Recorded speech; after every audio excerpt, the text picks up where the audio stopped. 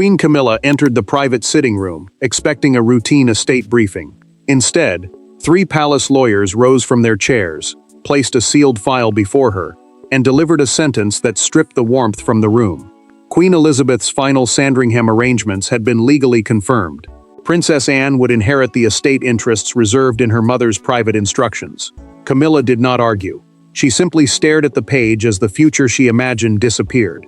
Before we go deeper into what this really means for the royal family, make sure to subscribe so you don't miss a single update. Charles remained beside her, silent. Sandringham was not merely another royal residence. It was the private estate where generations of the family gathered for Christmas, mourned losses, and protected traditions away from public duty. That distinction mattered, because private ownership gave Elizabeth more control over its future than she held over crown property. Now that control had reached beyond her death. One lawyer turned the document toward Camilla and placed a finger beneath Anne's name. The Queen gripped the arm of her chair. Her hand trembled once, then stopped. The confirmation was exact. Anne would inherit the controlling private interests secured under her mother's final estate instructions, while Camilla would receive no authority over the home she had expected to help shape beside the king. The crown had raised Camilla higher than anyone once thought possible. Yet this page delivered a colder message. Elizabeth had accepted her as Charles's wife, and later watched her become queen consort, the title given to the wife of a reigning king. But she had not trusted her with Sandringham's deepest legacy. Public success suddenly felt like private rejection. Charles read the legal paragraph twice. He removed his glasses, set them beside the file, and said nothing. His silence wounded Camilla more sharply than protest could have done. She looked at him, waiting for the monarch to challenge the finding, but he kept his eyes on the paper. The senior lawyer then explained that Elizabeth's wishes had been reinforced through a protected private estate mechanism, a legal structure designed to preserve her decision through succession and block later pressure to rewrite it. This was no loose family promise. It had been built to survive Charles, Camilla, and the changing court around them. Then came the revelation. Anne had known that a protected document existed. She had never shared its wording with her brother or the Queen. Camilla leaned forward. When did Anne know? The lawyers hesitated. Camilla closed the file and ordered the room cleared. In that pause, inheritance became betrayal, and Sandringham became the doorway into a far older wound. The document named only one heir, but 4 lives were trapped inside its consequences. For Anne, Sandringham was childhood, duty, and the last unbroken link to her mother. For Charles, it was the ground on which family tradition had survived decades of scandal. For Camilla, it represented final acceptance. And for William, it had suddenly become a warning that the late Queen had planned for conflicts no one dared acknowledge aloud. Anne stood alone beside a familiar desk at Gatcombe Park, the private country home where she had built a life shaped by work rather than display. She read the confirmation letter slowly. In the margin, Elizabeth's handwriting appeared beside one legal note. The Princess Royal, a title traditionally held by the monarch's eldest daughter, touched the faded words with one finger, but did not smile. Her bond with Elizabeth had never depended on easy affection. Mother and daughter understood each other through discipline, horses, public service, and family routines, carried out without complaint. Anne had inherited that same resistance to ceremony for ceremony's sake. Yet the estate now placed her inside a conflict she had spent years trying to avoid. Camilla faced a different loss. She had joined Christmas walks, private dinners, and quiet gatherings at Sandringham, believing each invitation proved that she had finally crossed from tolerated outsider to permanent royal matriarch. She had survived public anger, family suspicion, and decades of judgment. Now one document suggested that acceptance had always stopped at the estate's doors. The Queen lifted a framed Christmas photograph from a side table. Charles stood beside her in the image, while the family gathered behind them. She studied it for several seconds, then turned it face down. Property was not what wounded her. The deeper pain came from realizing that the memories attached to the house might never fully belong to her. William received his own warning during a private briefing recorded in the household's confidential meeting notes. Elizabeth had discussed Sandringham with Anne during her final years, while deliberately excluding senior courtiers who normally handled estate planning. The future king understood what that meant. His grandmother had feared interference. Charles heard something worse. A legal advisor told him that any challenge could release private correspondence, explaining why Elizabeth selected his sister. The king stiffened, because those letters could transform a family disagreement into a judgment on his wife. William asked the question his father had been avoiding. Did the letters mention Camilla directly? Charles looked away. That silence answered more than words could.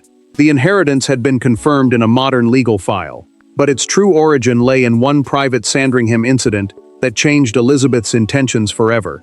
Years before the lawyers entered Camilla's sitting room, a private Christmas confrontation took place behind a closed Sandringham door. No cameras recorded it. No official statement followed. Yet Elizabeth emerged from that conversation with her expression hardened and her mind transformed. A proposed change to the estate's future had crossed a line the monarch would not forgive. Before the holiday ended, she summoned Anne and began creating the arrangement that would one day devastate Camilla. Christmas at Sandringham carried more weight than ceremony. It was the season when family roles became visible, private loyalties were tested, and arrangements could be discussed away from public duty. During Elizabeth's later years, questions about who would control the estate after her death had begun moving through the household. Camilla believed the answer should follow the crown. She wanted Sandringham reorganized around the reigning couple, with greater authority over private entertaining, household appointments, and which relatives received access. To her, that plan meant stability. To Elizabeth, it threatened to turn a family home into an extension of court power. The point of no return came on Christmas Eve. Camilla entered Elizabeth's study carrying a proposed household plan. The document removed Anne from future management and transferred key decisions to Charles's new court, meaning the senior staff and advisors serving the next monarch.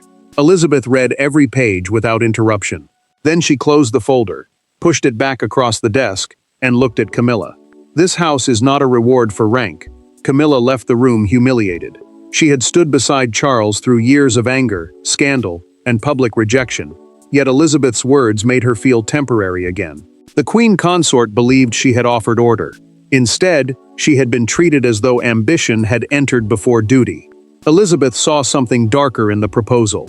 Sandringham's identity rested on family memory, privacy, and traditions protected from commercial pressure. She believed Anne, who rarely chased influence, was the child most likely to preserve that balance. Later that night, Elizabeth summoned her daughter without aides present. A household account recorded that meeting after both women approved a confidential note for the estate file. The monarch asked Anne to promise that Sandringham would remain a family home, never an instrument of status. Anne resisted. She refused to discuss inheritance while her mother was alive. Elizabeth answered that the decision was not favoritism. It was about choosing the person least likely to seek the power being offered. Before breakfast, Charles saw a legal advisor entering the house. He understood his mother had acted, but he never asked what she signed. Now that silence was returning as Anne and Camilla prepared to face each other. Camilla did not summon a lawyer, advisor, or courtier. She summoned Anne. When the Princess Royal entered the private drawing room, the legal file was already open between two empty chairs. There were no witnesses and no ceremonial smiles. Camilla wanted to know whether Elizabeth's decision had been protected out of duty or concealed out of spite. Anne remained standing. Then she delivered the answer Camilla had feared more than any accusation. Camilla had demanded the meeting before the inheritance confirmation reached the wider household. Once secretaries, courtiers, and family offices chose their positions, every word would become harder to take back. Anne understood that danger. The Princess Royal, the title traditionally given to the monarch's eldest daughter, entered determined to defend Elizabeth's wishes without begging forgiveness. "Did you help her cut me out?" Camilla asked. Anne held her gaze. "I helped her protect what she believed you wanted to change." The answer landed like a verdict.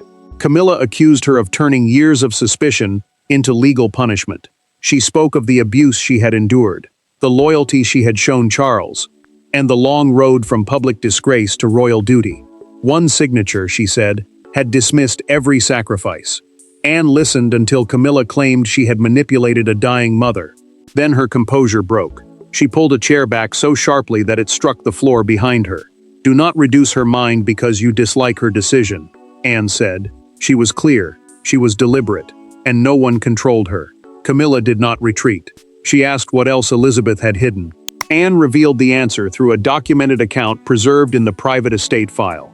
Their mother had left Charles a personal explanatory letter. sealed and marked to be opened only if the Sandringham arrangement was challenged. The message would explain why Anne had been chosen and why the decision had been protected. Camilla demanded to read it. Anne refused. The letter belonged to Charles, and only the king could decide whether its contents entered the conflict. That refusal cut deeper, because it placed Camilla's husband at the center of a judgment she could not reach. Camilla closed the legal folder with both hands and slid it across the table. "I will not accept judgment delivered by the dead and guarded by the living." Outside the room, Charles had arrived earlier than expected. He heard the raised voices through the closed door and understood enough. His wife intended to fight his sister, while Anne intended to defend their mother. The confrontation ended without peace, leaving the monarch trapped between the woman he crowned and the sister entrusted with Elizabeth's final command at any cost. The inheritance did not truly belong to the lawyers, the palace, or even Anne. Its fate now rested with Charles, alone in his study, holding a letter written by his mother. One decision could protect Camilla from humiliation. Another could preserve Elizabeth's final wish. The king broke the seal slowly, read the first page, and stopped. What his mother had written was not merely an explanation. It was a final judgment on his family. Charles remained motionless for several seconds. Sandringham was privately held, which meant it belonged to the royal family as personal property, rather than forming part of the crown estate. The property portfolio managed to support the monarchy's public work. Elizabeth's own legal arrangements therefore carried decisive force, even after her death. The monarch possessed influence as sovereign and as head of the family. Yet he could not casually erase a protected private instruction without inviting a legal fight, exposing hidden correspondence, and appearing to place his wife above his mother's final wishes. Power had limits. This was one of them. Charles continued reading. Halfway down the page, he rose from his desk and walked toward the window. He lowered the letter to his side but did not release it. Elizabeth praised Camilla's devotion to him. She acknowledged the years of pressure, humiliation, and public hostility his wife had endured. Then the words hardened. Personal loyalty, she warned, must never become control over inherited family memory. The sentence wounded Charles because it questioned the future court he had planned to build beside Camilla. It suggested that Elizabeth had never fully trusted the structure taking shape around them. Worse, he recognized the behavior that had caused her fear. Anne had never requested Sandringham. The letter said that plainly. Others, however, had already discussed changing its authority, staffing, traditions, and access. Elizabeth had chosen the daughter least eager to possess the power being offered. Charles reached the final paragraph. His mother asked him not to treat her decision as an insult to his reign. She described it instead as protection from a struggle that would consume his marriage, divide his siblings, and weaken William's future inheritance. The king called the chief legal advisor. In a recorded instruction entered into the estate file, he ordered that no challenge be initiated in his name. His voice remained controlled, but his hand pressed against the unopened second page. Camilla learned of the decision from her private secretary before Charles spoke to her. For the first time, she understood his silence not as hesitation, but as a choice against her. Charles had preserved Elizabeth's wish. Now that choice was about to enter the daily life of the palace. The fallout began without a proclamation. A household list was revised. A meeting disappeared from Camilla's diary. Then a Sandringham secretary telephoned her office and requested the return of several private planning files. Each change was small enough to sound administrative, yet together, they delivered an unmistakable message. Anne now held the authority Elizabeth intended her to have. Camilla remained queen of the realm, but inside Sandringham, another woman carried the final word. Anne assumed responsibility quietly. Her first orders protected staffing continuity, family access, and the private rooms Elizabeth had wanted preserved. Those duties mattered because Sandringham was still a family home, not simply a royal address. Every change could alter who belonged there, who made decisions, and whose memory shaped the house. Palace officials tried to separate Camilla's national ceremonial role from Anne's estate authority. The distinction sounded neat on paper. In practice, it deepened the humiliation. Camilla could stand beside Charles at state occasions. Yet inside this private estate, she could no longer direct the household she expected to influence. Camilla watched her private secretary remove a Sandringham management briefing from the red box, the locked case used to carry official papers to senior royals. She noticed the empty space immediately and asked for the file back. The secretary lowered her voice and explained that it had been redirected to Anne. The queen dismissed the room. She kept her expression steady until the door closed, then remained alone at the table. Her staff had witnessed the loss in real time. No announcement could have made it feel more public. Anne felt no victory. During her first estate briefing, she saw Camilla's name crossed out on an attendance sheet. The Princess Royal told the secretary to replace the page and never display such revisions carelessly again. She would enforce Elizabeth's wishes, but she would not permit cheap humiliation. The household began dividing anyway. Some courtiers believed Anne was protecting the late monarch's legacy. Others feared she was creating a second center of royal influence, a separate circle of authority capable of challenging the king's court. William received a confidential note warning that Camilla might withdraw from the next Sandringham gathering rather than arrive under Anne's authority. He understood the danger. An empty chair could turn a private dispute into a public fracture. Charles approached Camilla that evening and reached for her hand. She pulled away. "Did you read her letter before abandoning my challenge?" The king could not deny it. Charles said Anne must come to Sandringham the following morning.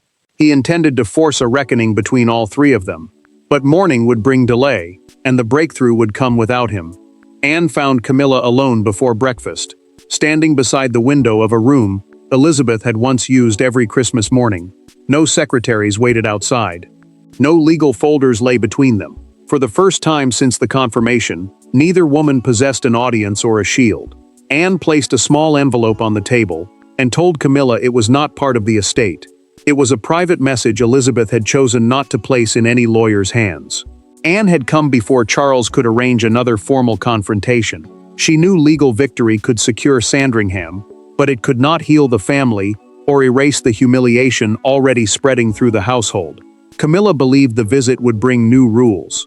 She had already decided that she would leave rather than endure another reminder that Anne now held authority there. The Princess Royal pushed the envelope closer.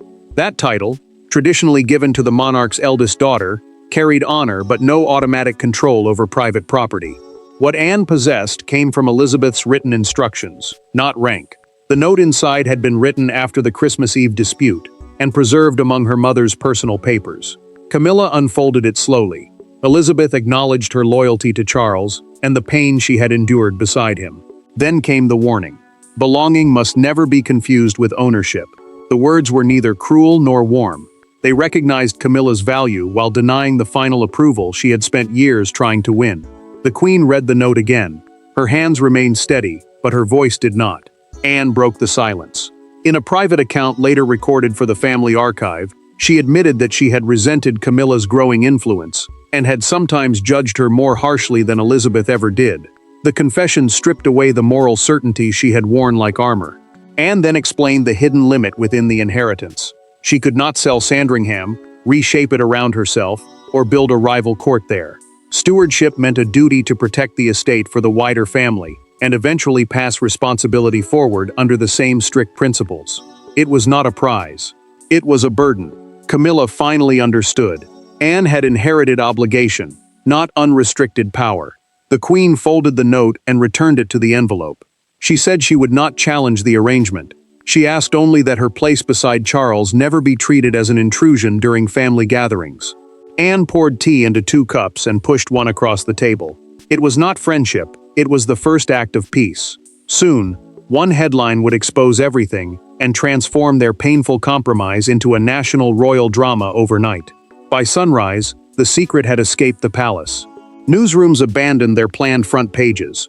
Broadcasters moved royal commentators into studios, and crowds began forming outside Sandringham's gates. The public saw a shattered queen, a victorious Princess Royal, and a final intervention from Elizabeth beyond the grave. But behind the sensational language stood a more complicated reality. Anne had inherited responsibility, Camilla had accepted defeat, and Charles now had to hold the monarchy together. The palace released a carefully worded confirmation before breakfast. Anne would assume the private Sandringham responsibilities established under Elizabeth's estate arrangements. Those arrangements meant the legal instructions governing how the family-owned property would be managed after her death. Officials stressed continuity, duty, and preservation. Sandringham mattered because it carried the family's Christmas traditions, private memories, and freedom from direct state control. Whoever guided it would shape more than rooms and schedules for generations to come. Officials avoided one phrase above all: rejection of Camilla. The distinction collapsed within minutes. A major morning newspaper appeared with a full-page photograph of Anne arriving at Sandringham beneath the headline, "The Queen's Final Choice." Beside it sat a smaller image of Camilla leaving a palace engagement, her face strained and unsmiling. The contrast turned a complex family decision into victory and defeat. Outside the Norwich gates, the main public entrance to the estate, a crowd gathered behind the barriers. One woman placed flowers beneath a photograph of Elizabeth. Another raised a handwritten sign declaring, "Anne will keep her promise." The moment captured the public mood more powerfully than any palace statement. Camilla watched the coverage alone. A broadcaster described her as the queen who received the crown but not the house. She switched off the television just before Charles entered. The king saw the dark screen, then saw her expression, and understood that silence had become another wound. Anne felt no triumph. Praise for her increasingly depended on portraying Camilla as humiliated. The Princess Royal ordered her office not to celebrate, leak details, or brief against her sister-in-law. She had accepted responsibility, not a public campaign. William warned Charles during a recorded family briefing that prolonged silence would turn the inheritance into a referendum on Camilla's legitimacy. The future king argued that the family needed one clear act of unity before the story hardened into permanent myth. Charles made his decision. The family would appear together at Sandringham. As the royal cars approached the estate, cameras waited for one image. Would Camilla walk behind Anne, beside her, or refuse to appear at all? The legal battle had ended, but public judgment had begun. Elizabeth's final meaning would now rest on a single walk toward Sandringham's doors. When the doors opened, Anne did not step forward alone. She waited beside the entrance until Camilla reached her, then offered the smallest nod. The two women walked inside together, with Charles following between William and the weight of his mother's memory. There was no embrace, and no performance of sudden affection. Something more believable had taken its place: acceptance. Elizabeth's final decision had wounded the family, exposed its rivalries, and ultimately forced each of them to choose duty over pride. Anne formally accepted responsibility for Sandringham. Her role was stewardship, the duty of protecting property and traditions for others, rather than treating them as personal possessions.